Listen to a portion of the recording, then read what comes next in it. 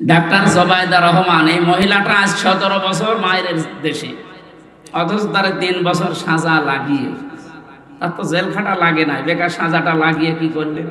যে এখন তামাম দুনিয়া প্রমাণ পাচ্ছে যে এটা পুরা ডাহা মিথ্যা কথা।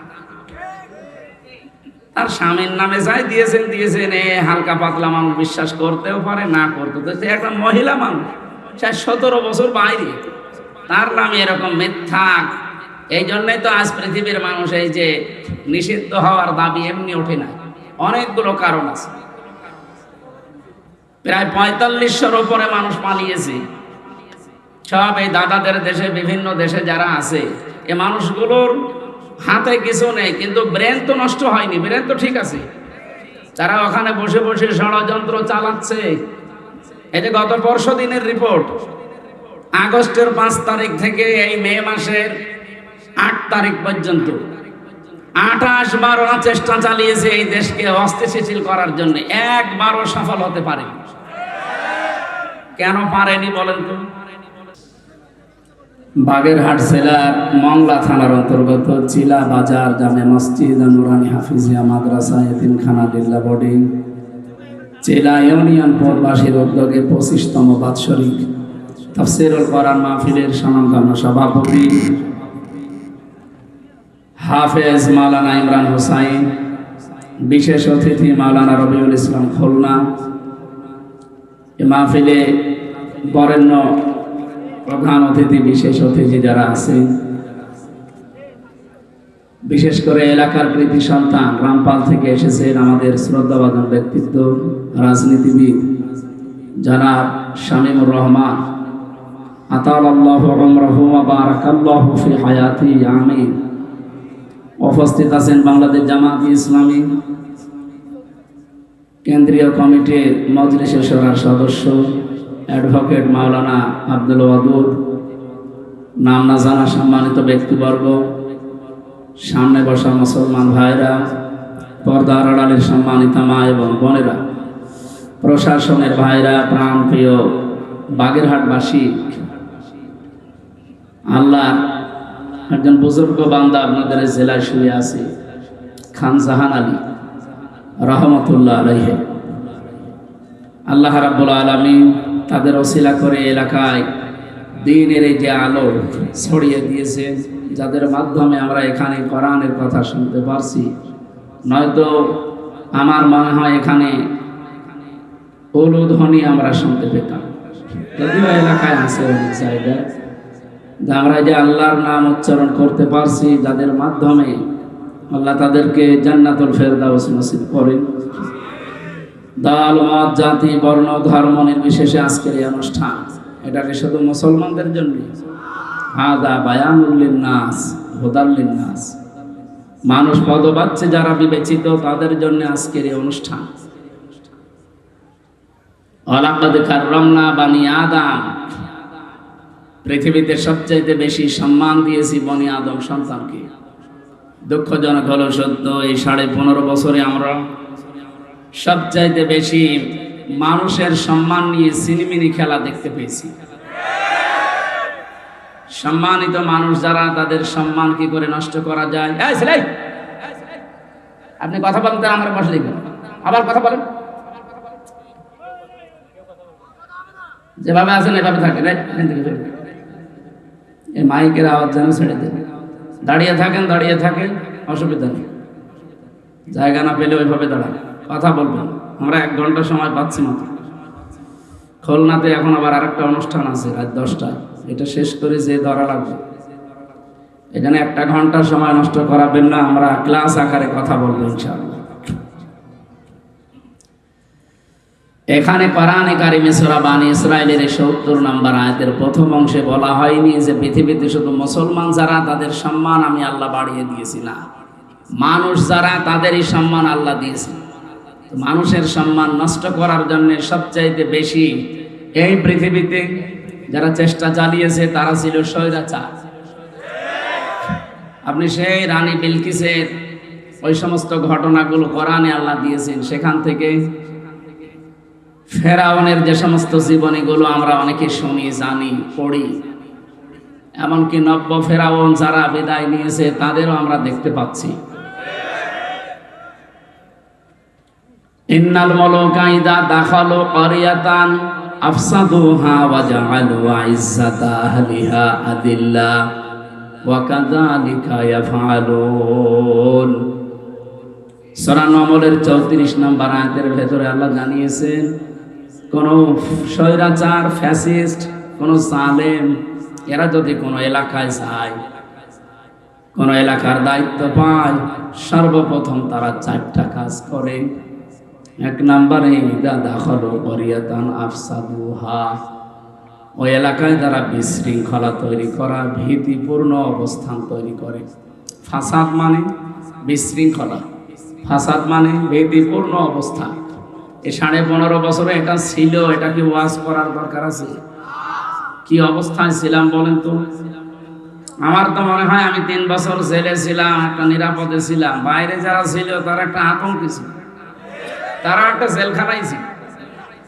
এটা পাশে যে 2 জন বসে আছে, এ বাইরে ছিল কিন্তু জেলে ছিল, এনারাও ছিল। এই যে মানুষগুলো শুধু আমরা 2 জন 3 জন না, আমার মনে হয় সারা বাংলাদেশের শুধু 14 দল বাদ দিয়ে যারা আমরা সবই জেলখানা আছে। কেউ 4 দেওয়ালের ভেতরে, কেউ 4 দেওয়ালের বাইরে। ভেতরে যারা ছিলাম তারা তো একটু খাবার মাবার পেতাম হালকা পাতলা, আর বাইরে এরা কোনে বনে জঙ্গলে, এই লবণের খেতে কোথায় কোথায় তারা রাত কাটিয়েছে। 2 নম্বরে ওয়াজাআলু ইজ্জাতা আহলিহা আদিল্লা, ওই দেশে যারা সম্মানিত মানুষ তাদেরকে তারা অসম্মান করে। এটা কি বলা লাগবে আর? এই দেশে যারা সবচাইতে বেশি সম্মানিত মানুষ, যারা 3 বারের প্রধানমন্ত্রী, তাকেও ছাড়ে না। 1 কাপড়ে বাড়ি থেকে বের করে দিয়েছে। কি অসম্মান বলেন তো? এই বিধবা মহিলাটা কি কান্না ওই দিন আপনি দেখেছেন? তামাম দুনিয়া কাঁদছিল, কিন্তু স্বৈরাচার কাঁদে না, ও আরো আনন্দ করেছে। শুধু বাংলাদেশ না, আপনাদের শুধু এই পাশের জেলা, এটা পিরোজপুর না, পাশের জেলা পিরোজপুরের সন্তান না আল্লামা দেলাওয়ার হোসাইন সাইদি রহমতুল্লাহ আলাইহি, তামাম দুনিয়ার কাছে পরিচিত। বিশেষ করে মুসলিম বিশ্ব যারা, তাদেরকে তারা ওনাকে নিয়ামত মনে করে আল্লাহ। কাবা শরীফের ভেতরে আজ পর্যন্ত এই বাংলাদেশ থেকে মাত্র 2 জন প্রবেশ করতে পেরেছে। একজন এই আল্লামা সাইদি, আর 2 নম্বরে রাজশাহী বিশ্ববিদ্যালয়ের ভিসি ডক্টর M.A. বারী। এই 2 জন ছাড়া আজ পর্যন্ত এই দেশের কোনো রতি মহারতি ঢুকতে পারে না কাবা শরীফের ভেতরে। তার সম্মান নিয়ে সিনেমিনি খেলা, এমনকি তাকে ধর্ষণ মামলা পর্যন্ত শুনছে। যে মহিলাকে সাজিয়ে নিয়ে এসেছিল, অ্যাডভোকেট তাজুল ইসলাম জিজ্ঞাসা করছে, এই মেয়ে, আল্লামা সাইদি ধর্ষণ করেছে? জি। তোমার জন্ম তারিখ কত? তোমার তো জন্ম হওয়া লাগবে যখন ধর্ষণ করেছে। বলছে আমার জন্ম 1975। ধর্ষণ করেছিল কত সালে? 1971। এটা কি রুহের জগতে? এইটা চলছিল, বাস্তবতা এইটাই চলছিল। আমি নিজে তো একজন ভিকটিম, আমি দেখেছি। আমার বিরুদ্ধে যে সাক্ষীগুলো নিয়ে এসেছিল আদালতে 4 জন, জীবনে না আমি ওদেরকে দেখেছি, না ওদের নাম শুনেছি, না ওদেরকে আমি চিনি। এই মানুষগুলো পরবর্তীতে আগস্টের 5 তারিখের পরে এসে ক্ষমা চেয়ে গেছে, বলছো হুজুর মাফ করে দিয়ে, টাকা পেয়েছিলাম হালাল করার জন্য গিয়েছিলাম। কি আশ্চর্য দেশ চলছিল বলেন। সারা দেশে এইটাই চলছিল, আর ওরা পৃথিবীর মডেলদেরকে দেখাইতাম যে আমরা ন্যায় বিচার করছি। এর নাম ন্যায় বিচার। ডাক্তার জোবাইদা রহমান, এই মহিলাটা আজ 17 বছর মায়ের দেশে, অথচ তার 3 বছর সাজা লাগিয়ে, তার তো জেল খাটা লাগে না, বেকার সাজাটা লাগিয়ে কি করলে? যে এখন তামাম দুনিয়া প্রমাণ পাচ্ছে যে এটা পুরা ডাহা মিথ্যা কথা। তার স্বামীর নামে যাই দিয়েছেন, এ হালকা পাতলা মানুষ বিশ্বাস করতেও পারে, না করতে। একটা মহিলা মানুষ, সে 17 বছর বাইরে, তার নামে এরকম মিথ্যা। এই জন্যই তো আজ পৃথিবীর মানুষ এই যে নিষিদ্ধ হওয়ার দাবি এমনি ওঠে না, অনেকগুলো কারণ আছে। প্রায় ৪৫০০-র উপরে মানুষ পালিয়েছে। সব এই দাদাদের দেশে, বিভিন্ন দেশে যারা আছে, এ মানুষগুলোর হাতে কিছু নেই, কিন্তু ব্রেন তো নষ্ট হয়নি, ব্রেন তো ঠিক আছে। তারা ওখানে বসে বসে ষড়যন্ত্র চালাচ্ছে। এই যে গত পরশু দিনের রিপোর্ট, আগস্টের ৫ তারিখ থেকে এই মে মাসের ৮ তারিখ পর্যন্ত ২৮ বার ওরা চেষ্টা চালিয়েছে এই দেশকে অস্থিতিশীল করার জন্য, একবারও সফল হতে পারেনি। কেন পারেনি বলেন তো? আমরা কিছু শিক্ষামূলক কথা বলে তাফসীরে যাব ২-৪ মিনিট, একটু এদিকে তাকান। সূরা আলাম নাশরা ৫ এবং ৬ নম্বর আয়াতের কিছু অনুপ্রেরণামূলক কথা আছে। এই যে ওদের ২৮ বারের ষড়যন্ত্র সফল হয়নি, কেন হয়নি?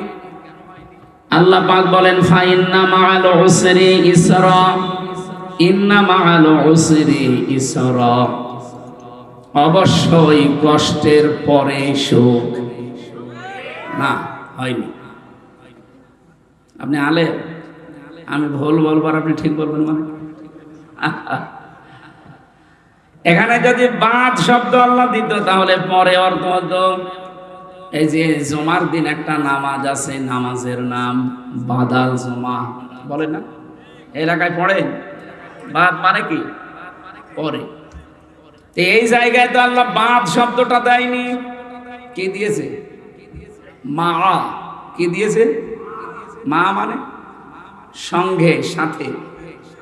আল্লাহ সঙ্গে সাথে দিয়েই শেষ করে দেননি, এরপরে দিয়েছেন উসরুন, মানে কষ্ট, দুঃখ। আল্লাহ কষ্ট দুঃখ দেওয়ার আগে একটা আলিফ লাম লাগিয়ে এটা মারেফা করে নির্দিষ্ট করে দিয়েছেন। কিন্তু এর পরের শব্দ ইসরা, এটার আরবি অর্থ, বাংলা অর্থ সুখ, শান্তি, স্বস্তি, নিরাপত্তা, কল্যাণ, ৩৩টা অর্থ আছে। কিন্তু এই শব্দের আগে আপনি আর আলিফ লাম পাবেন না। পরা কোরআন শরীফে যেখানে আল্লাহ উসরুন দিয়েছেন, দেখবেন আলিফ লাম লাগিয়ে ওটা নির্দিষ্ট একটা কষ্ট। কিন্তু ইসরা যেখানেই পাবেন আলিফ লাম নেই। আমি চিন্তা করেছিলাম আয়াত নিয়ে, কেন আল্লাহ দিলেন না? একটা দুইটা না, ভার্সিটিতে থাকাকালীন প্রায় ৪২টার উপরে আমি তাফসির এক জায়গায় মিলিয়েছি, একটাতে শুধু এর জবাব পেয়েছি। তাফসিরে ফি জিলালিল কোরআন সৈয়দ কুতুব রহমতুল্লাহ আলাইহি টিকায় লিখেছেন, এই পৃথিবীতে কেউ যদি একটা কষ্ট সহ্য করে ৩টা কারণে। এই এদিকে তাকান, এই এখন উঠতেছেন মানে? এরকম ছাত্র ভেতরে বসতেছেন কেন?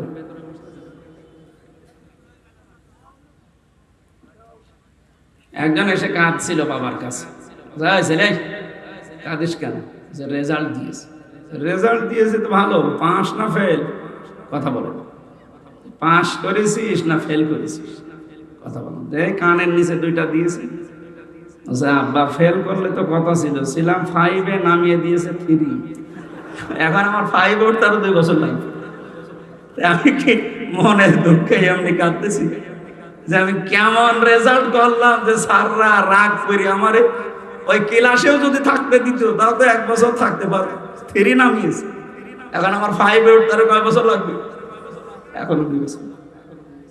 আমার মনে হয় 1 ঘন্টা যদি আপনি বসে থাকতে না পারেন, আপনারা আমরা এবার মাহফিলের পরে 5 থেকে 3 নামিয়ে দেখেন, এবার ওঠেন তো।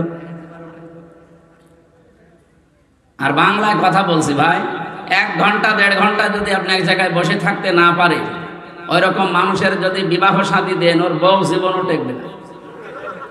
টেকবে? হ্যাঁ, টেকবে না। আপনারা যতই লবণ এলাকার মানুষ হন না কেন, জীবনও বউ টেকবে না, চলে যাবে, শেষে এই বাগেরহাটের বদনাম হবে। যে উঠতে যাবে হাত ধরে 1 ঘন্টা বসিয়ে রাখবে, সে মুরব্বী হোক। এবার আসেন এই আয়াতের মূল শিক্ষায়, যেহেতু উসরুন ইসরা দিয়েছেন, একটা কষ্ট যদি আপনি দুনিয়ায় সহ্য করেন 3টা কারণে। কয়টা? যে কোনো কারণে কষ্ট পেলে, দুঃখ পেলে, কষ্টের সাথে সাথে আল্লাহ সুখ দেবে, কথা কোরআনে নেই।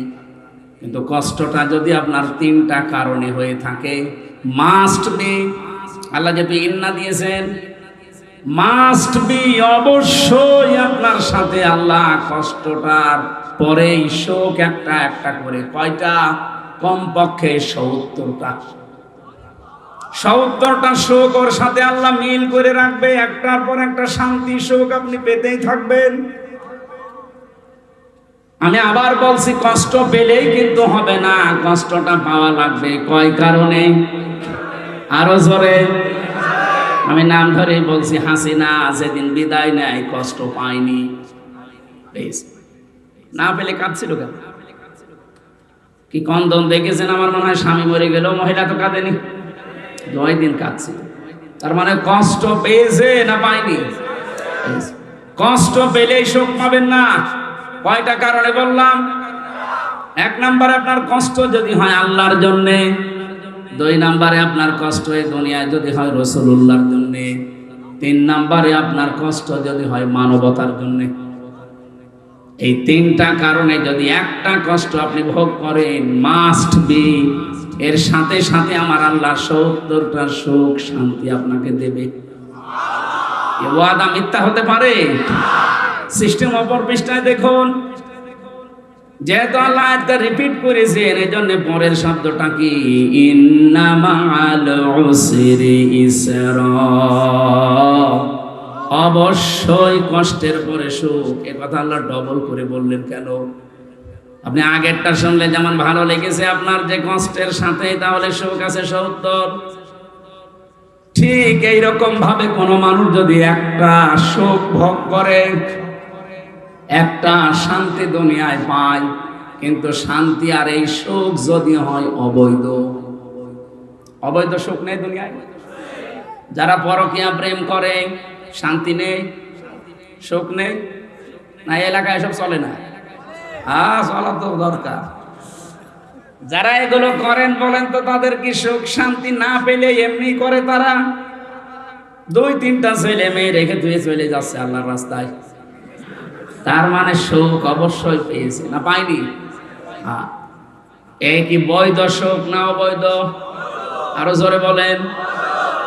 এক একটা অবৈধ সুখ ভোগ করলে অশান্তি পাবেন কয়টা? কমপক্ষে 70টা। বেগাইরি হিসাবটা বাদ দিলাম আমরা, যেহেতু একটা নেকির কাজে সর্বনিম্ন আছে 10, এরপরে 70, এরপরে 700, এরপরে আরো বেশি, আমরা মাঝখানেরটা ধরলাম। আপনি হিসাব করে বলেন, এক একটা অবৈধ সুখে যদি 70টা অশান্তি, কষ্ট, অপমান, অপদস্থ, অকল্যাণ, দুঃখ আল্লাহ দেয়, এই 15.5 বছরে যারা ছিল তারা কি বৈধ ভাবে না অবৈধ? আমি বাংলায় বলছি কারণ আমি নিজে, আমার 33 বছর বয়স, 92 সালে আমার জন্ম। আমি 3 বার ভোট দিতে পারতাম 18 বছর থেকে শুরু করলে, একবারও পারি নাই। কি? আরে ভাই, আমি একবার না জেলখানায় ছিলাম, মাফ করে দিলাম, বাকি 2 বার। একবারও যখন পারি নাই, তাহলে যারা ছিলেন আপনারা অবৈধ ছিলেন। আমার নিজেরটা, আপনারটা যা বলবেন বলুন। এই হিসাবে এই 15.5 বছরে যারা সুখ পেয়েছে, শান্তি পেয়েছে, এই সুখটা কি বৈধ সুখ না অবৈধ? সুখ পায়নি তারা। কত মানুষকে মিথ্যা মামলা দিয়ে সুখে ছিল তারা। মনে আছে আমার কাছে টাকা পায়, আমার বাড়ি থেকে নিয়ে গেল, যে বলছে 10টা লাখ টাকা পাঠান, নাই 50টা মামলা দেব। মনে হচ্ছে টাকা আমার বাবার কাছে ওরা পায়, টাকাগুলো চাচ্ছে। এভাবে বহু মানুষ বহু কিছুর মালিক হয়েছে, কিছু কোলাঙ্গার অবৈধ অফিসারের কারণে। আর তাদের ওই জের এখন এই যে পেছনে দাঁড়িয়ে আছে, এই পোশাকের ওপর পড়ছে। এরা তার ওইভাবে কোটি কোটি টাকা আত্মসাৎ করে নাই, মানুষের জিনিস মেরে খায় নাই, অথচ এদের পোশাকটা এখন কালার করে ফেলেছে ওই কিছু কোলাঙ্গার অফিসারের কারণে।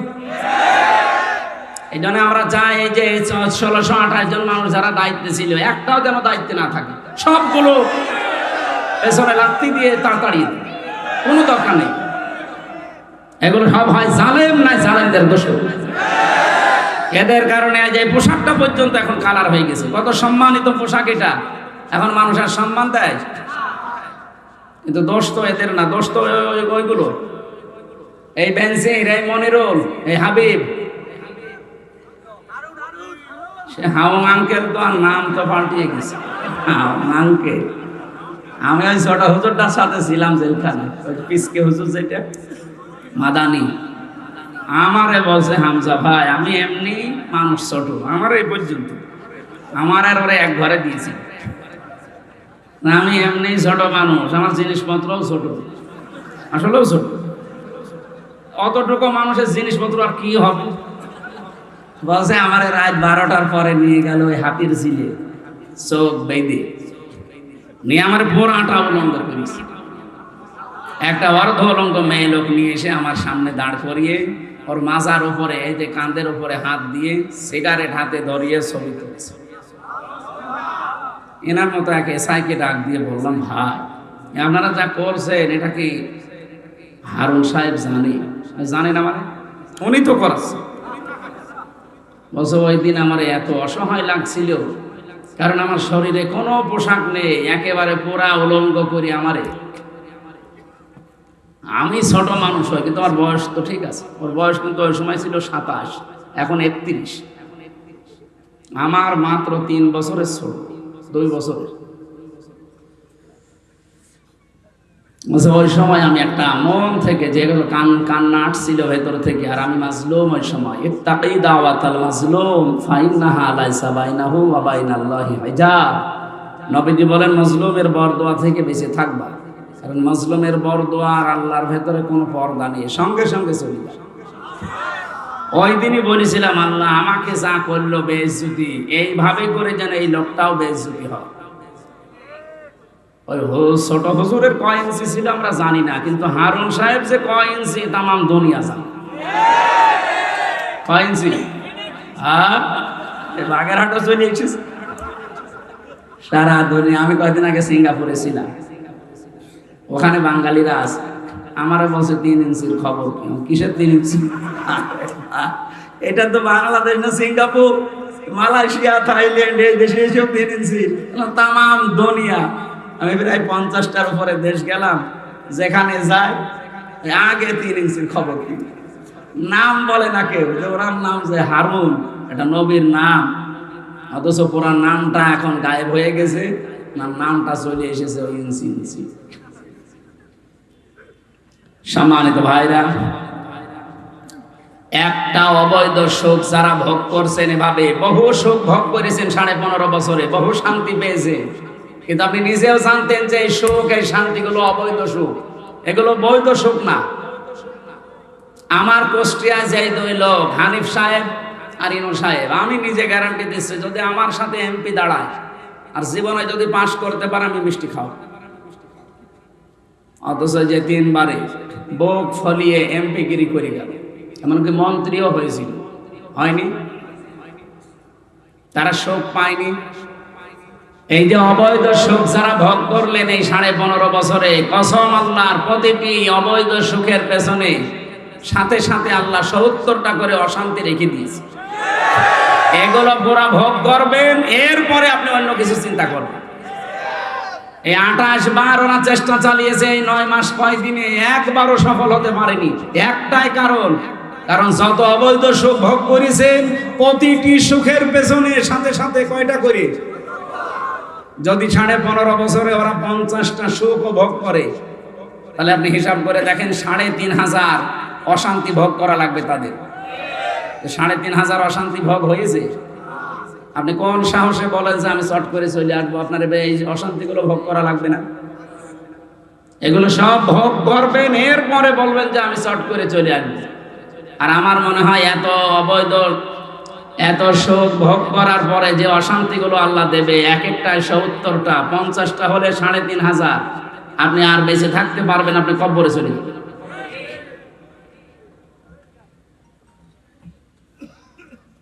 এখানে যারা আছে এই মানুষগুলো ওখানে বসে বসে, ওদের ব্রেন তো ঠিক আছে, ওদের মেধা এখনো নষ্ট হয়ে যায়নি। এই মেধা দিয়ে, এই ব্রেন দিয়ে ওখান থেকে বিভিন্ন চাল চালতেছে, বিভিন্ন ষড়যন্ত্র পাঠাচ্ছে। এ কারণেই তো দেশের লোক এখন সব একদল হয়ে গেছে যে না, ও যতদিন পর্যন্ত বাইরে বৈধভাবে থাকবে ততদিন আমরা শান্তিতে নেই। দেশের লোক আমরা চাই এরা যেন নিষিদ্ধ হয়ে যায়।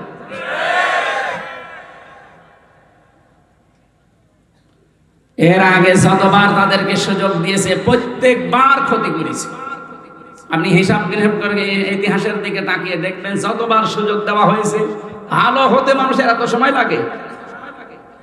একবার, দুইবার, তিনবার সুযোগ দিলে তো মানুষ ভালো হয়ে যায়। 14 বার সুযোগ দিয়েও আপনি ভালো হচ্ছেন না, আপনার কপালে আর হেদায়েত নেই। কারণ মানুষ যখন পাপ করতে করতে সীমা ছাড়িয়ে যায়, যখন সম্মানিত মানুষদেরকে অসম্মান করা শুরু করে, সূরা আলে ইমরানের 4 নম্বর পারা 12 নম্বর পৃষ্ঠা 9 নম্বর লাইনে আছে, এটা শেষের দিকে আছে, ইন্নামা নুমলি লাহুম লিয়াজদাদু ইসমা ওয়া লাহুম আযাবুম মুহিন। রব্বুল আলামিন বলেন, মানুষের পাপের বোঝা যখন ছাড়িয়ে যায় তখন আমি তাকে অপমানজনক শাস্তির ভেতরে ফেলে দেই। এজন্য তামাম দুনিয়া এখন ঘৃণা করছে। আজকের রিপোর্ট পেলাম, আন্তর্জাতিক একটা রিপোর্ট দিয়েছে আমেরিকা, 257টা দেশ মিলে আজকে 12:30টার সময় পেলাম। তামাম দুনিয়ায় 3 জন মানুষ ঘৃণিত এখন সারা দুনিয়ায়, সবাই ঘৃণা করে তাদের। 1 নম্বরে হাসিনার নাম এসেছে। বলছে সুবহানাল্লাহ। সে যাই হোক, আপনাদের পাশের জেলার মানুষ না? সুবহানাল্লাহ বলছেন কোন কারণে? নাউজুবিল্লাহ বলেন। 2 নম্বরের তার নাম এসেছে, ওনার স্বামী নামে এখন পরিচিত, এই মোদি। পৃথিবীর নিকৃষ্ট মানুষ এই লোকটা। এরে মানুষ বলা ঠিক না, এরে বলা লাগবে জানোয়ার। কারণ এই দুনিয়ার ইতিহাস সে পাল্টিয়ে ফেলেছে। আল্লাহর ঘর মসজিদ ভাঙা আরম্ভ করেছে এই মোদি। আর কথা বলো না কেন? আজ পর্যন্ত পৃথিবীতে এই দুঃসাহস কেউ দেখাতে গিয়েও পারে না, আর অথচ এ কাজ করে ফেলেছে অলরেডি। এর আগে 1500 বছর আগে একবার আল্লাহর ঘর ভাঙতে এসেছিল, পারে না। কে? আব্রাহা। এ অলরেডি কতগুলো ঘর ভেঙেছে। আজকেও দুপুরবেলা একটা ঘর ভেঙেছে। মসজিদ গুলো ভাঙতেছে আর ধোয়া ধোয়া তুলতেছে যে এর নিচে 500 বছর আগে নাকি মন্দির ছিল। পাকিস্তানের সাথে পারে না। আজকে অলরেডি বিকাল বেলা দেখলাম যে আমরা আর যুদ্ধ চাই না, আমাদের সব আমরা গুটিয়ে নিলাম। কেন? এখনই কেন? গরুর মদ খাওয়া জাতি তো। আমার এই দেশে যখন কথা বলতে দেয়নি, বিশেষ করে এই 15, 16, 17, 18, 19, 20 এই সালগুলোতে আমি বেশিরভাগ ছিলাম এই কলকাতা, আসাম, এই সমস্ত দেশে। এই প্রদেশগুলোতে ঘুরে দেখেছি এই মুশরিক যারা, আমার আয়াতের ভেতরে যেহেতু শব্দগুলো আছে এই জন্য আমি এই আলোচনাটা নিয়ে আসলাম। মুশরিক দুনিয়াতে যারা, এদের সবচেয়ে বেশি ভয় মরণের। যে কোনো ভাবে একটু মরণের ভয় দেখাবেন, পাগল হয়ে যাবে। আপনাকে বাপ না, আপনাকে দোলা ভাই বলে। আমি লালমনিরহাটের একটা বর্ডার এলাকায়, এই যে বিজিবি যারা আমাদের আছে এখন, বিডিআর, ওরা মাত্র 11 জন মিলে এখানে দায়িত্বে আছে। বর্ডারের ওই পাশে আছে ওরা 22 জন ভারতীয়। ওনারে আমি জিজ্ঞাসা করলাম, ওনারা কয়জন আছে? আমরা মুসলমান এখানে আছি 11 জন। আর ওই বলে যে ওরা আছে প্রায় 22 জন। তাই আপনাদের ভয় লাগে না? ওরা 22 জন, আপনারা 11 জন, যদি আক্রমণ করে পারবে? হুজুর শুধু দোয়া করে ছেড়ে দিন, ওদের 22 জন না 33 জন হোক, ওদের একেবারে বাপ বলাবো, শুধু দোয়া করে ছেড়ে দেন। পারে না। এই জন্য পাকিস্তানের সাথে আজ পেরে দিচ্ছে না কেন? কারণ যে কয়টা পাঠিয়েছে, 40 জনকে গতকালকে পাঠিয়েছিল পাকিস্তান, সব লিখিত সই নিয়ে যে আমরা মরবো এই সিদ্ধান্ত নিয়ে আল্লাহর নামে সই নিয়ে দা। ওরা একজনও মরে নাই, সব আক্রমণ করে আবার ফেরত এসেছে। ওরা সাহস এমনি পায়নি। এর 3 দিন আগে, মাত্র 3 দিন আগে, প্রথম যেদিন আক্রমণ চালাবে ওই দিন ক্যাপ্টেন তার বাবা আর্মির যিনি চিফ আছে তাকে ডাক দিয়ে বলেছে, দেখেন আমার ছেলে আমি যুদ্ধের ময়দানে পাঠাচ্ছি দেশ রক্ষার জন্য, মানবতা রক্ষার জন্য। কারণ ওরা মিথ্যা, প্রথমেই মিথ্যার উপরে ভর করে ওরা যুদ্ধ চালাতে চায়।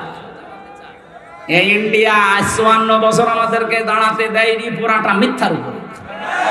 পাকিস্তানের ওপরও মিথ্যা তথ্য দিয়েছিল যে আমরা জঙ্গি ঘাঁটিতে বিমান হামলা করছি। তা আপনি মসজিদ ভাঙলেন কেন? আপনি জঙ্গি ঘাঁটি যদি পান সেখানে বিমান মারে, তামাম দুনিয়া আপনাদের সাপোর্ট দেবে। আপনি মসজিদ ভাঙলেন কেন? মাদ্রাসা ভাঙলেন কেন? শিশু মেরে ফেললেন কেন? এটার জবাব দেওয়া লাগবে না? এই জন্য পাকিস্তানের দলমত আর নেই, সব এক হয়ে গেছে। এরা এক হয়ে এমনকি আর্মির প্রত্যেকের বাবা এসে এসে বলছে আমার ছেলেকে আমি পাঠিয়ে দিলাম মানবতার জন্য, ইসলামের জন্য, দেশ রক্ষার জন্য, যান, কিন্তু আমার ছেলে যদি পেছনে গুলি লাগে আমার ছেলেকে নিয়ে আসবেন না, ওরে সাগরে ফেলে দেবেন, বন জঙ্গলে রেখে আসবেন, ওরকম ছেলে আমার দরকার নেই। যে ছেলের যদি সামনে গুলি লাগে আমার কাছে নিয়ে আসবেন। ও ক্যাপ্টেন মারা গেছে, ওনারা নিয়ে আসার সময় বাবা জিজ্ঞাসা করছে নিয়ে আসলেন মানে? বলছে বাবা আপনি যা বলেছিলেন ওই কথা আমরা ঠিক রেখেছি, আপনার এই ছেলের পেছনে একটা গুলিও লাগে নাই, বুকে লেগেছে 22টা গুলি লেগেছে। এদের সাথে গরুর মদ খাওয়ালো, ওকে শুকর খাওয়ালো, ওকে পারবে? এখন বাধ্য হয়ে সেই মাছ না পেয়ে ছিপে কামড় দেবে, আমাদের এদিকে ওরা টার্গেট নিতে পারে, এজন্য সাবধান থাকা লাগবে। কি কথা বলছেন? সাবধান থাকা লাগবে। ওয়ালা তাজিদান্নাহুম আহরাসান নাসি আলা হায়াতি ওয়া মিনাল্লাযিনা আশরাকু, সূরা বাকারার ভেতরে আছে, হে নবী ওয়ালা তাজিদান্নাহুম, লামে তাকিদ নুনে সাকিলা, আল্লাহ গ্যারান্টি দিয়ে জানিয়েছেন, কারণ বানিয়েছে কে? উনি বানিয়েছে, উনি জানে না আপনার মনের খবর? মুশরিকদের মনের খবরও জানে। এই জন্য জানিয়েছেন যে দুনিয়ায় সবচাইতে বেশি মরণকে ভয় পায় দুইটা জাতি, এক নম্বরে মুশরিক। কারা? আহরাসান নাসি আলা হায়াতি ওয়া মিনাল্লাযিনা আশরাকু, এই পৃথিবীতে সবচাইতে বেশি জীবনের উপরে মায়া মহব্বত দেখতে পাবেন মুশরিকদের। এই জন্য ওদেরকে যদি একটু দুই একটা ফেলে দেওয়া যায় না, ও জীবনের মতো আর মাথা উঁচু করে দাঁড়াতে পারে। আমরা যে কথা বলতে চাই যে 28 বার আপনারা চেষ্টা চালিয়েছেন, একবারও সফল হতে পারেননি, 2800 বার চেষ্টা করলেও পারবেন না, কারণ 3500 বার কষ্ট পাওয়া লাগবে, দুঃখ পাওয়া লাগবে, এরপরে তো শান্তি চোখে দেখবে। কোরআনের আয়াত আমরা 100% বিশ্বাস করি, করি কিনা? সেই বিশ্বাস নিয়ে বলছি, যারা দুনিয়ার মানুষের সম্মান নিয়ে সিনিমিনি খেলেছে এতদিন, আগামীতে যারা এই দেশের দায়িত্বে আসবে কেউ যেন মানুষের সম্মান নিয়ে সিনিমিনি খেলতে না পারে, সেই ব্যবস্থা দেশে করা লাগবে ইনশাআল্লাহ। আজকের মাহফিল যেহেতু সবার জন্য, সবাইকে সামনে নিয়ে কোরআন কারীম গুরুত্বপূর্ণ একটা সূরার 4 ভাগের 1 ভাগ পড়েছি, একটা আয়াতের মাত্র 4 ভাগের 1 ভাগ। আমার এই মাথার ভেতরে আয়াত নিয়ে যত তথ্য আছে কিয়ামত পর্যন্ত দিলে ওই তথ্য শেষ হবে, এত তথ্য আল্লাহ ঢুকিয়েছে। আমরা চেষ্টা করবো এগুলো ডেলিভারি দেওয়া। আল্লাহর শুকরিয়া আদায় করছি, জবান খুলে আলহামদুলিল্লাহ। দরুদ আর সালাম পাঠ করছি আমাদের নবী মুহাম্মদুর রাসূলুল্লাহ সাল্লাল্লাহু আলাইহি ওয়াসাল্লামের প্রতি, যাকে আল্লাহ 3টা মিশন আর ভিশন দিয়ে দুনিয়ায় পাঠিয়েছিলেন। নবীজির মিশন কয়টা? আরো জোরে বলেন তো। নবীর মিশন যদি 3টা হয়, আমরা উম্মত, আমাদের ওই 3টা হওয়া দরকার না? নাকি ওই 4টা করবেন? না, 3টাই আমাদের মিশন। 1 নম্বরে তাওহীদ প্রতিষ্ঠা, এটা আপনার জীবনের মেন মিশন আর ভিশন বানিয়ে নেবেন। কিয়ামতের ময়দানে আল্লাহ রাব্বুল আলামিন তাওহীদ প্রতিষ্ঠায় যদি আপনাকে দুনিয়ায় দেখেন, অন্য কোনো আমল আখলাক যদি কমও থাকে আল্লাহ মাফ করে দেবেন, কারণ তাওহীদ এইটা প্রতিষ্ঠার জন্য তামাম দুনিয়ায় আল্লাহ নবী আর রাসূল পাঠিয়েছিলেন। নবীজিকে আল্লাহ ডাক দিয়েছেন সূরা আলে ইমরান 3 নাম্বার পারা 17 নাম্বার পৃষ্ঠার 2 নাম্বার লাইনের 64 নাম্বার আয়াতে পাবেন এটা। কুলিয়া আহলাল কিতাবি তাআলাউ ইলা কালিমাতিন সাওয়াইন বাইনানা ওয়া বাইনাকুম আল্লাহ না'বুদা ইল্লাল্লাহ ওয়া লা নুশরিকা বিহি শাইআ ওয়া লা ইয়াত্তাখিযা বা'দুনা বা'দান আরবাবাম মিন দুনিল্লাহ ফাইন তাওয়াল্লাউ ফাকুলু আশহাদু মুসলিমুন। একটু খেয়াল করবেন ভাই, এটা এখন একেবারে বাস্তবতার সাথে দরকার। আল্লাহ পাক বলেন, হে নবী, কিতাবে বিশ্বাসী যারা তাদেরকে ডাক দেন। এদেশে আমরা কিতাবে বিশ্বাসী না, কিতাবের নাম কি? আরো জোরে বলেন। অন্য ধর্মের যারা আছে তারাও তাদের একটা কিতাবে বিশ্বাসী। এ বাইরের দেশগুলোতে সফর করতে গেলে আমি যদি ট্রেনে যাই, বাসে যাই, জিজ্ঞাসা করলাম সেদিন থাইল্যান্ডে একজনকে, আপনার নাম কি? নাম বলার পরে দেখলাম লোকটা ইহুদি। আপনার নবীর নাম কি? বলছে জোসেফ। জোসেফ মানে মুসা আলাইহিস সালাম। হযরতে মুসা নবী বলে আমরা যাকে চিনি, ওরা নাম পাল্টিয়ে জোসেফ বলে ডাকে। সেদিন মালয়েশিয়া খ্রিস্টানের সাথে দেখা হয়েছিল, বললাম নাম কি? জিজ্ঞাসা করার পরে নাম বলে, নবীর নাম কি? বলে যিশু।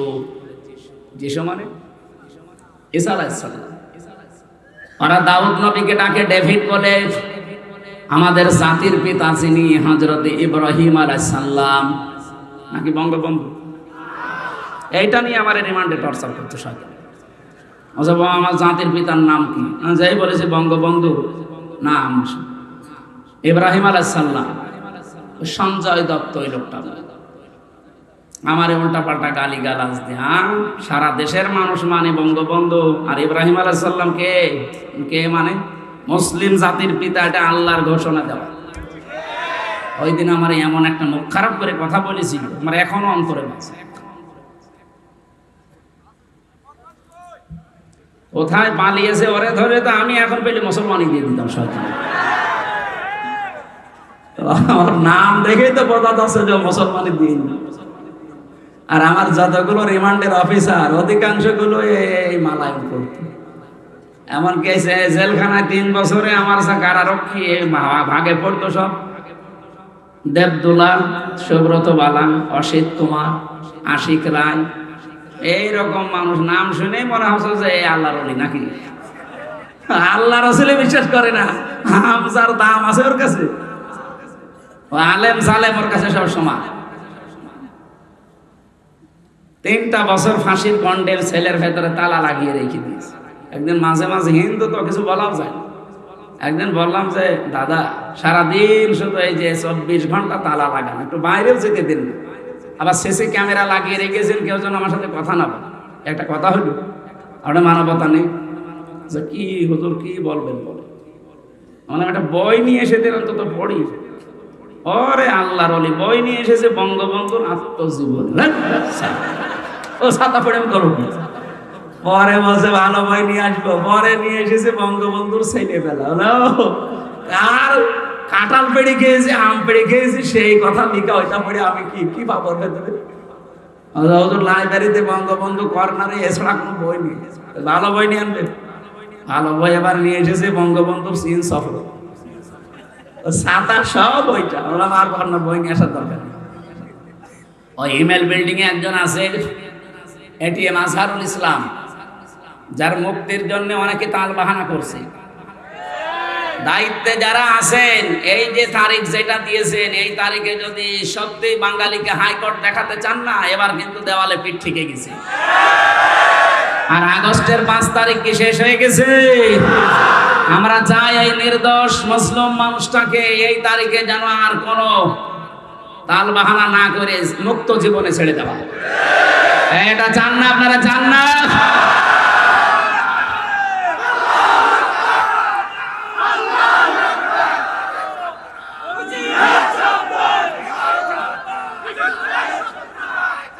আমার ভাইরা, ওনারা বললাম যে বই ওনার কাছে বলবেন, ওনার কাছে বই আছে। যে বসে হামজা বই চেয়েছে, আল্লাহর ইশারা 2টা তাফসীর দিয়েছিল আল্লাহরে বান্দা, ফি জিলালিল কোরআন আর তাফহিমুল কোরআন।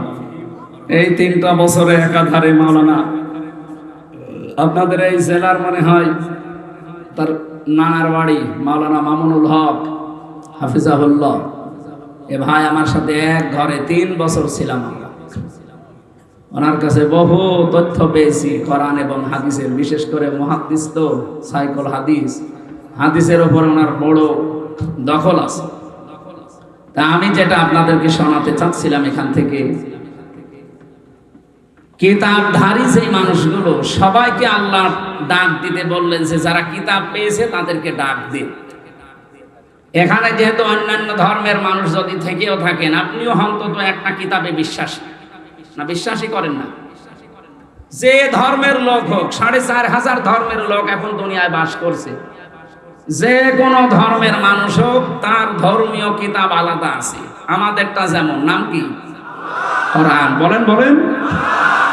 আল্লাহ সব কিতাবধারীদেরকে ডাক দিতে বললেন, ওলিয়া হালাল কিতাব, হে নবী আপনি বলেন, হে কিতাবওয়ালারা, তাআলাও আসো, ইলা কালিমাতিন, একটা কথার দিকে। আল্লাহ কালিমাতিন দিয়েছেন, মাত্র একটা কথার দিকে আসো। সাওয়াইন বাইনানা ওয়া বাইনাকুম, যেটা আমাদের জন্য তোমাদের জন্য সমান হবে, কারো উপরে কোনো বৈষম্য নেই, পক্ষপাতিত্ব নেই, এটা সমান হবে।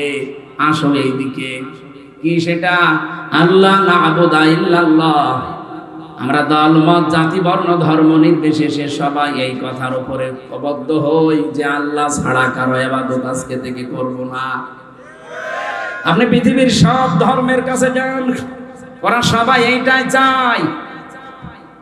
বিপদে পড়লে কিন্তু তখন আর দুর্গার কথা, সরস্বতীর কথা মনে থাকে না। আমি ছোটবেলায় বরিশালে পড়তাম যখন, ওই সময় ব্রিজ ছিল না, ট্রলারে যাওয়া লাগতো, লঞ্চে। নৌকা পেয়েছি, যাচ্ছিলাম, হঠাৎ মাঝখানে সে দেখি ঝড় উঠেছে, কাঁপতেছে নৌকা। আমরা যারা মুসলমান আছি বলছি, লা ইলাহা ইল্লাল্লাহ, লা ইলাহা ইল্লা আনতা সুবহানাকা ইন্নী কুনতু মিনাজ জালিমিন। আল্লাহ পাশে এক দাদা আর দাদি বসে আছে, ওই যে গলায় কি দেওয়া থাকে চেনা যায়। ওরা দেখি বলছে লা ইলাহা ইল্লাল্লাহ। কি গো? জিজ্ঞাসা করলাম, দাদা দেখে তো মনে হচ্ছে অন্য ধর্মের লোক, কালেমা পড়েন মানে? মুসলমান হয়েছেন কবে? যে এখনো হয়নি। কালেমা পড়েন কেন? আমারে বলছে, দেখো যে ঝড় উঠেছে, এ ঝড়ে মা কালী দুর্গার কাজ না, এ আল্লাহ লাগবে। এখানে কালী দুর্গা দিয়ার হবে না, আল্লাহ লাগবে। সবাই এটা বিশ্বাস করে যে একজন আছে, কিন্তু বাপদাদার ধর্ম মানতেছে মানতেছে মানতেছে, এই কারণে হয়তো ফিরে আসতে পারে না। এই জন্য সবাই যেহেতু একজনের উপরে আছি আমরা। আপনি ইহুদিদেরকে বলেন, হয়তো তারা 3 খোদা 2 খোদায় বিশ্বাসী, ওরা বলে আল্লাহ একজন আছে কিন্তু তার ছেলে আছে, উযাইর আলাইহিস সালাম। খ্রিস্টানরা দ্বিত্ববাদে বিশ্বাস করেন, আল্লাহ একজন আছে জানি, কিন্তু তার স্ত্রী আছে মারিয়াম, তার ছেলে আছে ঈসা। বলেন নাউজুবিল্লাহ। কোরআনে কারিমে আল্লাহ তাদের বর্ণনাও দিয়েছেন বিভিন্ন জায়গায়। আল্লাহ এজন্য সূরা ইখলাস নাযিল করে আমাদেরকে শুনিয়েছেন, কুলু হুয়াল্লাহু আহাদ আল্লাহুস সামাদ লাম ইয়ালিদ ওয়া লাম ইউলাদ ওয়া লাম ইয়াকুল লাহু কুফুয়ান আহাদ। বলেন আল্লাহু আকবার। হে নবী আপনি বলেন, আল্লাহ কয়জন? আরো জোরে বলেন। তিনি অভাবহীন, তার কোনো অভাব নেই। তিনি কাউকে জন্ম দেননি, তাকেও কেউ জন্ম দেয়নি। তার সমকক্ষ আকাশ আর জমিনে আর কেউ নেই। এই 4টা জিনিসের উপরে আমাদের ঈমান। আমরা যারা ঈমানদার দাবি করছি, এই 4টা জিনিসের উপরে এই দেশে অন্য কিতাবের বিশ্বাসী যারা, তারাও অন্তত একজনকে বিশ্বাস করে বিপদে পড়লে। সেদিন যশোরের কলেজের এক অধ্যাপক বিসিএস ক্যাডার, ওনারে বললাম যে স্যার আপনার মুসলমান হওয়া লাগবে না, আমি আপনাকে জোর করে মুসলমান বানাতে ইচ্ছা করলে বানাতে পারতাম। কারণ এই দেশে আপনারা মাত্র 4-5 ভাগ, আর আমরা শুধু মুসলমানই 92 ভাগ। ভারতে যেমন চিটারি করে, বাটপারি করে, অত্যাচার জুলুম নির্যাতন করে তারা কি চালাচ্ছে আপনারা দেখতে পাচ্ছেন। আমরাও করলে করতে পারতাম, কিন্তু আমাদের ধর্মে এটা নেই। লা ইকরাহা ফিদ্দীন। আমাদের ধর্মে বাড়াবাড়ি আছে, জোর জবরদস্তিও নেই। তা আপনাকে আমি একটা আহ্বান জানাই, আপনি আমাদের ধর্মীয় গ্রন্থ কোরআনে কারীম, এটা বাংলা অথবা ইংরেজিতে একটু ভালো করে পড়বেন, বুঝে বুঝে। আল্লাহর ইশারা উনি 3 মাস পরে দেখি নিজের থেকেই মুসলমান হয়ে গেছে। এই জন্য সবাই জানে যে একজন আছে, শুধু বিবেকটা একটু হালকা কাজে লাগালেই এই পৃথিবীর কোনো মিথ্যা ধর্মে মানুষ আর থাকবে না। কিন্তু বিবেকটা কাজে লাগে না, এই জন্য মানুষ আসতে চায় না। এই যে গিরিশচন্দ্র সেন, আপনি কি মনে করেন লোকটা কি জ্ঞানী কম ছিল কোরআনের উপরে? কোরআনের বঙ্গ অনুবাদ করেছে, তাফসীরও লিখেছে। এখানে শামীম ভাই সহ যত অফিসার বলেন, যত আলেম ওলামা আছে, আমি গ্যারান্টি দিলাম কোরআনের প্রতিটি শব্দের অর্থ আপনার জানা আছে, কথা আপনি বলতে পারবেন না? পারবেন? কেউ পারবেন না। আমি পড়েছিলাম বিশ্ববিদ্যালয়ে থাকাকালীন পুরাটা, কিন্তু আমার মনে নেই, এখন আমার আবার দেখা লাগবে। আপনি চিন্তা করতে পারেন, কোরআনের উপরে সেই 5 পাস করার পরে তো এর উপরে আছি আমি, আমার এর উপরে অনার্স মাস্টার্স করা, আমি ডক্টরেটও করবো এর উপরেই, আমার কামেলও করা এর উপরে, সারা জীবন চলছে এর উপরে, অথচ আমার এখনো আয়ত্ত হয়নি। কতবার যে পুরা কোরআন শরীফ খতম করেছি আমি জানি, আর আমার আল্লাহ জানে, এরপরও আমার আয়ত্ত নেই। আর তাফসির করতে গেলে যারা লেখে তাফসির জিজ্ঞাসা করেন, এক একটা শব্দের একাধিক অর্থ আপনার জানা থাকা লাগবে, নয়তো আপনি তাফসির করে মিলাতে পারবেন না। দরবা শব্দের অর্থ কোনো জায়গায় মারা, কোনো জায়গায় সফর করা, কোনো জায়গায় দৃষ্টান্ত দেওয়া। এখন যে জায়গায় যে অর্থটা অ্যাপ্রোপ্রিয়েট হবে, খাটবে, ওইটা ওই জায়গায় আপনাকে ব্যবহার করা লাগবে। আপনি মারা অর্থ যদি সফর করার অর্থ করেন, কিয়ামত পর্যন্ত মিলাতে পারবেন? তাহলে এই লোকটা কত বেশি কোরআন পড়েছে আমার চাইতে কোরআন বেশি পড়েছে, বেশি বুঝেছে, বেশি লিখেছে, কিন্তু লোকটা মারা যাওয়ার পরে তাকে কিন্তু আর কবরে দেওয়া হয়নি, জানাজা হয়নি, পুড়িয়ে ফেলেছে। আপনি নরসিংদী যান, শিবপুরে এখনো পর্যন্ত তার প্রত্যেক ভিটা আছে। কি বুঝলেন এখান থেকে? এই লোকটার সব ছিল কিন্তু মন ছিল না। কারণ হেদায়েত পাওয়ার জন্য একটা মন লাগবে, ওই মন যদি কারো না হয় আল্লাহ জোর করে হেদায়েত দেবে না। আল্লাহ ইচ্ছা করলে কিন্তু পারে, কিন্তু উনি ইচ্ছা করেন না। স্বাধীনতা আপনাকে দিয়ে দিয়েছে আর পাঠিয়েছে আল্লাহর এই কালামটা, কোরআনে কারীম। এই যে সূর্যটা আলো দেয়, সূর্যের আলো দুনিয়ায় সবাই পায় না, আন্দাজ বলেন কেন? সূর্যের আলো অন্ধ পাবে, অন্ধ যাদের চোখ ভালো নাও পাবে, বলেন? এখন দোষ কি সূর্যের না ওর চোখের? বলেন বলেন। এই দেশে যারা আমরা ইসলামের খাদেম বলে পরিচিত, আমরা সবাই কিন্তু ইসলামেরই খাদেম, কেউ ইসলামের মালিক না। কি ইসলামের মালিক আমরা? ইসলামের খাদেম আমরা, কামলা, লেবার, মনিশ, জন, পাট যাই বলেন, আমরা খেদমত করে যাচ্ছি। এই দেশে যদি ইসলাম কায়েম হয় তো ভালো, না হলেও আমাদের কোনো লস নেই, আমাদের একটা নির্ধারিত বেতন আছে। ওই বেতনটা কোন দিন আল্লাহ দেবেন? ওয়া'বুদ রাব্বাকা হাত্তা ইয়াতিয়াকাল ইয়াকিন। সূরা নাহলের ভেতরে আছে 99 নম্বর আয়াত, 14 নম্বর পারার 6 নম্বর পৃষ্ঠার একেবারে শেষ আয়াত এটা। আল্লাহ পাক বলেন, ইবাদত করতে থাকো ওই দিন পর্যন্ত যতদিন ইয়াকিন না আসে। ইয়াকিন মানে মৃত্যু। যতদিন মরণ না আসবে ততদিন ইবাদত করতে থাকবা। এজন্য জীবনের শেষ দিন মানে আমি একেবারে যেদিন আজরাইল না দেখবো, এই দিন পর্যন্ত আমার টার্গেট থাকবে কি করি এই জমিনে আল্লাহর বিধান জারি করা যায়।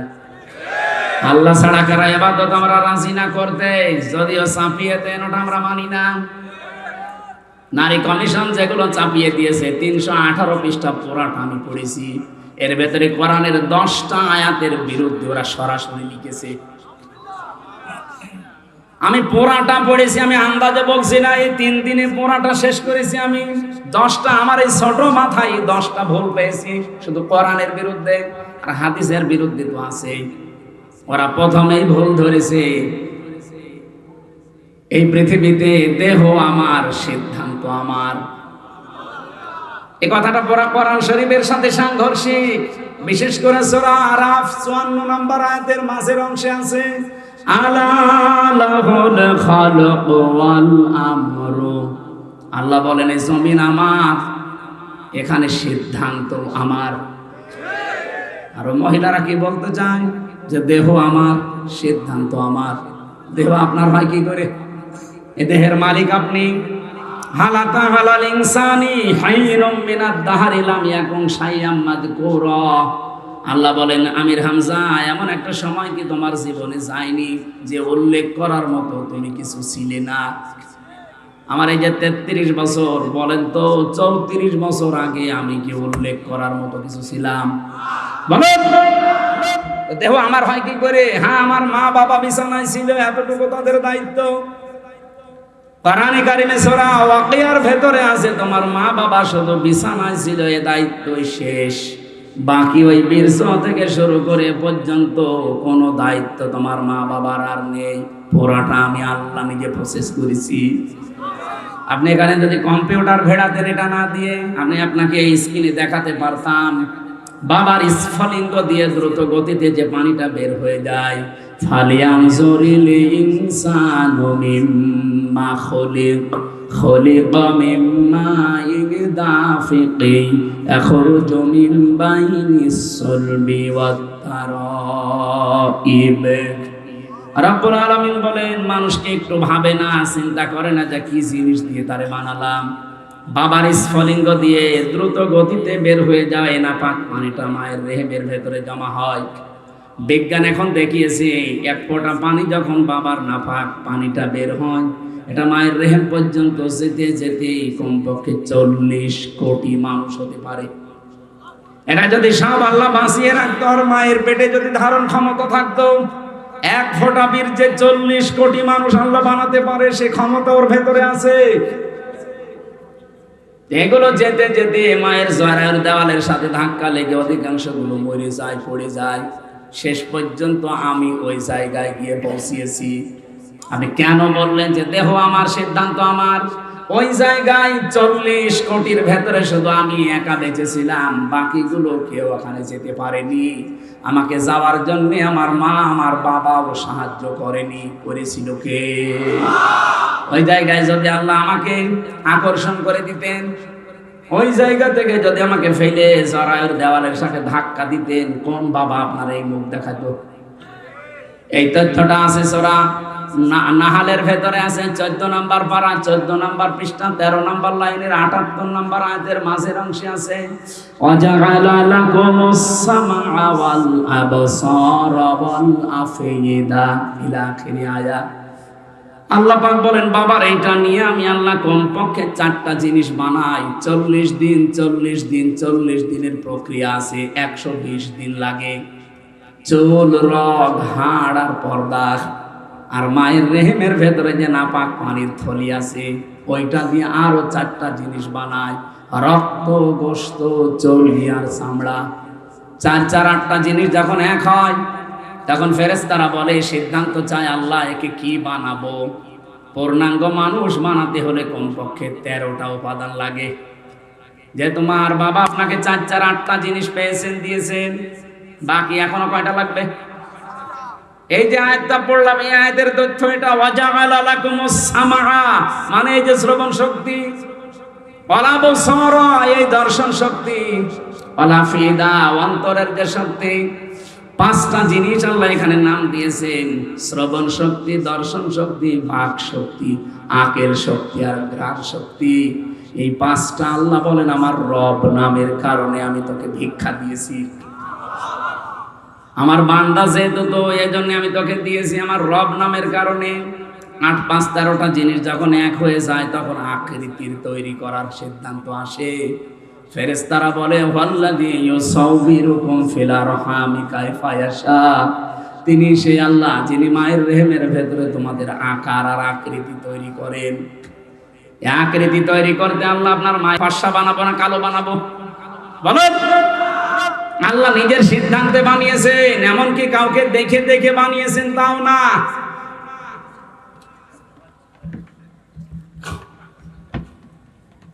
বসেন, বসেন।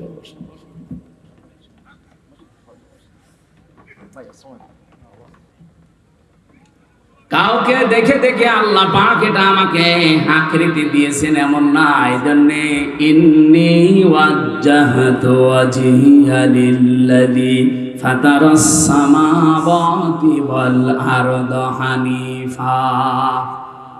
এই যে সাবধানে মাঝখানে যে শব্দটা ফাতারা, ফাতার মানে তৈরি করা, খলাক মানেও তৈরি করা, সৃষ্টি করা, ফাতারা মানেও তৈরি করা। তৈরি করা প্রায় 33টা আরবি আছে।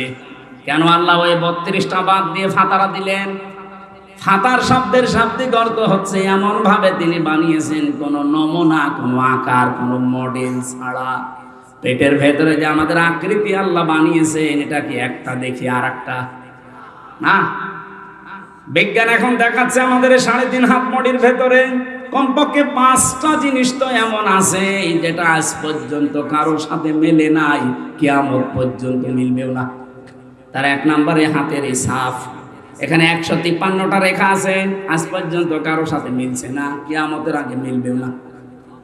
2 নম্বরে আমাদের এই চোখের ভেতরে 5টা জিনিস আছে, মনি, লেস, লেন্স, ইকুয়াল, ডিফ ইকুয়াল, এগুলো আজ পর্যন্ত কারো মেলে নাই, মিলবেও না। 3 নম্বরে চামড়া, 9768 প্রকার চামড়া এই 3.5 হাত বডির ভেতরে আছে।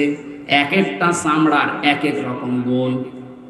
আশ্চর্যের বিষয়, আমি নিজে দেখেছি, আমার চামড়া স্বামী ভাইয়ের চামড়া হয়তো মনে হচ্ছে এক, আমার চামড়া কেটে যাক, ফেটে যাক, ছিঁড়ে যাক, পুড়ে যাক, ওনার চামড়া কেটে লাগিয়ে দেবেন, ভালো হওয়া দূরের কথা, পছন্দ হবে, জীবনও ভালো হবে না।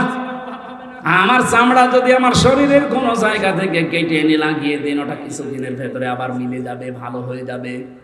আল্লাহ এখান থেকে একটা তথ্য দিতে চেয়েছেন, ওয়ালা তাজিরু ওয়াজিরাতুন বিজরা উখরা, আয়াতের ব্যাখ্যায় পাবেন, তাফসিরে মাযহারির ভেতরে আছে যে তোর চামড়ার সাথে শামীমের চামড়া মেলে না, আর কিয়ামতের দিন ও তোর পাপের বোঝা বহন করে নিয়ে যাবে। ও বলে তুই বিশ্বাস করিস? তুই একটা পাগল আর একটা ভণ্ড। এরকম পাগল আর ভণ্ড দেশে নেই।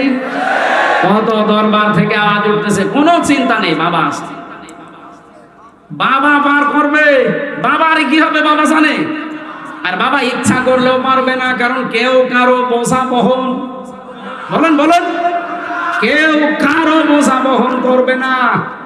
এজন্য কারো উপর ভরসা করবেন না, নিজের কাজ নিজে করে যান। চামড়ার পরে আমি দেখেছি আস্বাদন স্তর, এই যে আমাদের জহব্বার ভেতরে যে স্বাদ নেওয়ার স্তর আছে, বিজ্ঞান এখন জানিয়েছে কয়েক ইঞ্চি জহব্বার ভেতরে কমপক্ষে 2 কোটি আস্বাদন স্তর আছে। মানে 2 কোটি খাবার যদি একটার পর একটা দিতেই থাকেন, ও প্রত্যেকটা খাবারের আলাদা স্বাদ বলে দিতে পারবে, সে ক্ষমতা জহব্বার আছে। আমি বাংলাদেশ সহ বললাম না, কতগুলো দেশ ঘুরলাম, কোন জায়গায় আমি 2 কোটি খাবার একসাথে রান্না পাইনি। আপনি পেয়েছেন? যত নামি দামি হোটেল হোক, আমি বাংলাদেশে এক জায়গায় 120 প্রকার পেয়েছি। গাজীপুরের নিরিবিলি হোটেলে কাপাসিয়ায়, এটা সর্বোচ্চ পেয়েছি 120 প্রকার। ও মালিকের নাম তোতা মিয়া, বললাম যে ভাই কি কি আছে নিয়ে আসেন তো। ও আল্লাহ খাবার নিয়ে এসেছে, এটা কি? কাঁঠালের পাতা ভর্তা। কাঁঠালের পাতা ভর্তা এবার খাবার হইলো? বাঁশের পাতা ভর্তা, বেগুনের পাতা ভর্তা, সব মিলিয়ে 120 প্রকার। আপনি চিন্তা করেন, সব মিলিয়ে বানাচ্ছে 120 প্রকার। আর আমার আল্লাহ মাত্র কয়েক ইঞ্চি জহব্বার ভেতরে স্বাদ নেওয়ার স্তর দিয়েছেন কত।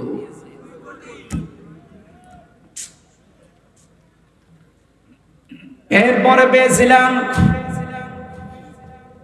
এই মাথার ভেতরে 70,000 তার দিয়েছেন আল্লাহ। এই প্রতিটি তার শরীরের বিভিন্ন জায়গায় আমার আল্লাহ সেট করে রেখেছেন। শুধু চামড়া খুলে ডাক্তারের কাছে যেয়ে দেখবেন কিভাবে আপনাকে ইঞ্জিনিয়ারিং কায়দায় আল্লাহ বানিয়েছে। আল্লাহ বলেন কোনো অস্তিত্ব ছিল না, আমি 40 দিন করে করে যখন খাবারের উদ্রেক দেখা দিল 6 মাসের ভেতরে, তখন আমি আল্লাহ একটা আকৃতি নিজে তোরে বানিয়ে দিলাম। ছেলে না মেয়ে এটা আমার সিদ্ধান্তে। নাকি কেউ সিদ্ধান্ত দিয়েছে? এটা সিদ্ধান্ত দেওয়ার পরে আস্তে আস্তে মায়ের খাবারের নাপাক রক্তটা আমি আল্লাহ বন্ধ করে দিয়ে নাভির ভেতর দিয়ে, এটা আমি তোর নাভির ভেতরে পাস করে বাঁচিয়ে রাখলাম। আমি ইচ্ছা করলে এই নাপাক রক্ত তোর মুখ দিয়ে দিতে পারতাম। ও হামজা, এই পৃথিবীর ময়দানে তোর মুখটা আমি মায়ের পেটে পর্যন্ত পবিত্র করে রাখলাম, যেন এই মুখটা নাপাক না হয়। অথচ দুনিয়া আসার পরে দেখি তোর এই মুখটা আর পাক থাকে না, নাপাক হয়ে যায়। কত মানুষ সুদের টাকা খায় এই মুখ দিয়ে, না এলাকায় সুদ নেই? এই যে টাকা ছেড়ে রাখে, মাসে মাসে 1000 টাকা দিলে 100 টাকা বেশি দেয়। এটা যারা করছেন জেনে রাখেন, আপনি মায়ের সাথে জেনা করছেন। এ কাজে কারা আছেন হাত তোলেন তো। এই ওয়াজ মনে হয় এই এলাকার জন্য, এই এলাকায় নেই। হ্যালো,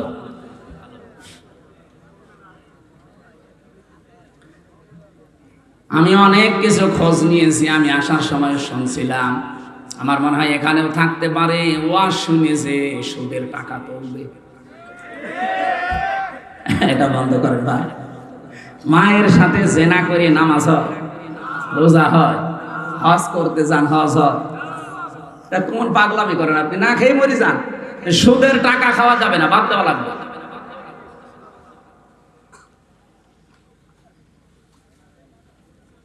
যারা ঘুষ খান, শব্দটা যেহেতু শুনলে বোঝা যাচ্ছে অবৈধভাবে ইনকাম করেছেন আপনি ঘুষের টাকা, এটা হারাম।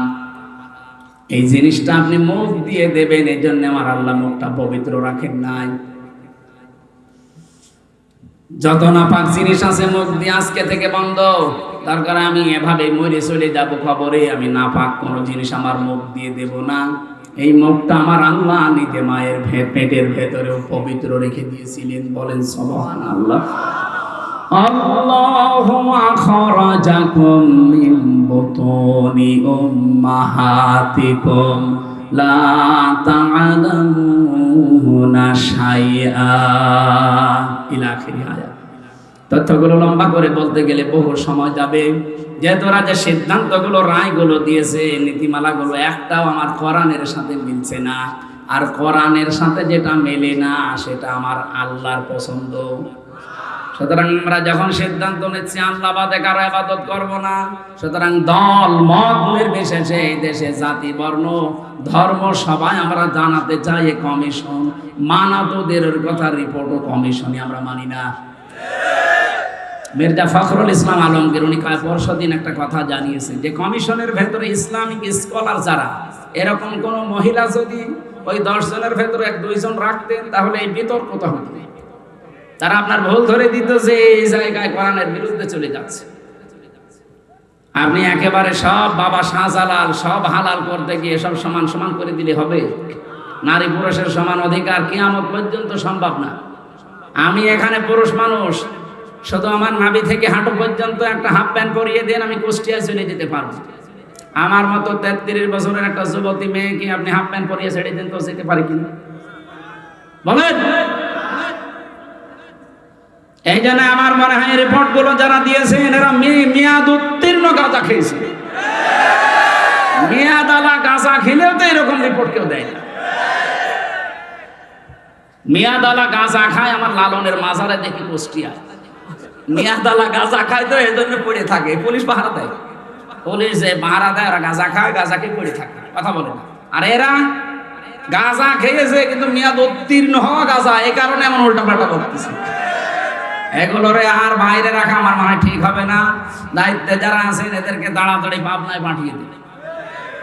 এই 4-5 দিন আগে পাবনায় গিয়েছিলাম পাগলা কারার দেখতে, যে দেখি পাগল আর বেশি নেই। দায়িত্বশীল একজন বসে, হুজুর পাগল যা আসলে ভালো হয়ে চলে যায়, ওইগুলো পাঠানোর দরকার। ওগুলো তো ভালো হচ্ছে না, ওগুলো পাঠানো দরকার। আল্লাহ নাবুদা ইল্লাল্লাহ, আল্লাহ বাদে কারো ইবাদত করা যাবে না, এটা ঐক্য হওয়ার ভেতরে মূল পয়েন্ট। নবীজির মিশন ছিল এইটা যে তাওহীদ প্রতিষ্ঠা করতে হবে। দুনিয়ার মানুষকে বলেছিলেন আসো আমরা এই একটা কথার উপরে ঐক্যমত হই যে আল্লাহ বাদে আমরা কারো ইবাদত করব না। যে যা করছেন করেন, কিন্তু আল্লাহ বাদে কারো ইবাদত, কারো বাবার ইবাদত চলবে না। ইবাদত হবে কার? ওয়ালা নুশরিকা বিহি শাইআ, আল্লাহর সাথে কোনোদিন আর শরীক করব না আজকে থেকে। এই যে শিন রা কাফ শিরকুন, এক একটা শব্দে লক্ষ লক্ষ কথা আমি তাফসীরে পেয়েছি। শিরিক বিল জাত, শিরিক বিল সিফাত, শিরিক বিল ইখতিয়ারা, শিরিক বিল হুকুক, এভাবে 120 প্রকার আছে। এটা তো একটা একটা করে পয়েন্ট ধরে বলতে গেলে এখন আবার লাগবে 2 ঘন্টা। এরপরে ওয়ালা ইয়াত্তাখিযা বা'দুনা বা'দান আরবাবাম মিন দুনিল্লাহ, রবের বহুবচন আরবাব। এর রবের অর্থ আছে 19টা, এর ভেতরে সামরাইজ করে পাওয়া যায় 5টা। এত ব্যাখ্যা করতে গেলে এরপরে আবার মানবাধিকার প্রতিষ্ঠা, এরপরে দিন প্রতিষ্ঠা, এত কথা বলতে গেলে আমরা আর পারবো না। কারণ এখন 10টায় ওঠা লাগবে, আর 1.5 ঘন্টা আছে, খুলনায় যাওয়া লাগবে। আজকের মতো আমরা আর টানতে পারছি না। এই মাহফিলটা আপনারা জোর করে নিয়েছেন। আমার মাহফিল আজকে খুলনা, আর একটার বেশি আমি করিও না। ভাই সময় দেখেন 8:30 পার হয়ে গেছে, এখন আমি যে পাবো না, কি বলে কি হয়, আপনারা পার্টি দিয়ে নিয়ে, এই জন্যই তো ডাবল নিতে চাই না। আন্টি শান্তি করে এসে মাগরিবের নামাজ পড়ে তুলে দেবে, তাও তো 15 মিনিট পাতাম। আগামী থেকে কোনো জায়গায় অনুষ্ঠান নিলে আমার তো শরীর সব শেষ করে দিয়েছে জালেমরা। 3 বছর আমার মাথার চুল থেকে পায়ের তালু 1 ইঞ্চি জায়গা বাকি নেই যেখানে টর্চার করে। এই জন্য আমার শরীর স্বাভাবিক না, টলকায়। এখনো সময় লাগবে স্বাভাবিক হতে। আর প্রতিদিন এভাবে 1টা 2টা করে 3টা করে অনুষ্ঠান নিলে আমার শরীর আবার ভেঙে যাবে। 10 দিন হাত পা তুলে পড়েছিল। আমি আশা করছি আগামীতে কোনো জায়গায় আসলে এক জেলায় 2-3 জায়গায় নিয়ে আসবেন, 1টা করে অনুষ্ঠান নেবেন। আজকের মতো আমি শেষ করে একটা মোনাজাত করি, আল্লাহুম্মা আমিন। লা হাওলা ওয়ালা কুওয়াতা ইল্লা বিল্লাহিল আলিয়্যিল আযীম। রব্বুল আলামিন বিশাল আয়োজনে যারা আনসাম দিয়েছে তাদেরকে মাফ করে দাও।